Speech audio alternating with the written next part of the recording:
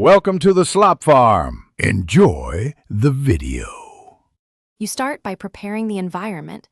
Open Settings with Win+I because changing the dock is done inside Personalization.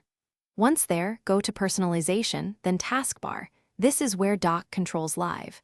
You need to make sure your account has admin or standard rights, otherwise some options may be locked. Make sure Windows is updated so features aren't missing. Now that settings is open and visible, you're ready to change layout, alignment, and add apps to the dock. You will now customize both look and contents. First, choose alignment, center or left, because alignment changes how people interact with the dock. Then pin apps. Open the app, right-click its taskbar icon, and choose Pin to Taskbar so it stays visible. Next, adjust taskbar behaviors to auto-hide, change icon size, and control multiple display behavior. These affect screen real estate and accessibility. Once done with these selections, the dock begins to act like a familiar. You finish with advanced tweaks and a key troubleshooting tip.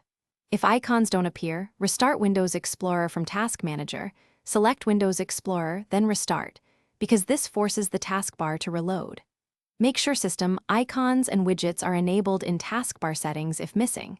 If behavior is still wrong, sign out and back in, or use the reset option for taskbar settings. If none of that works, consider uninstalling a recent update. Occasional updates can change taskbar behavior unintentionally. Thanks for watching. Consider subscribing if we helped you today.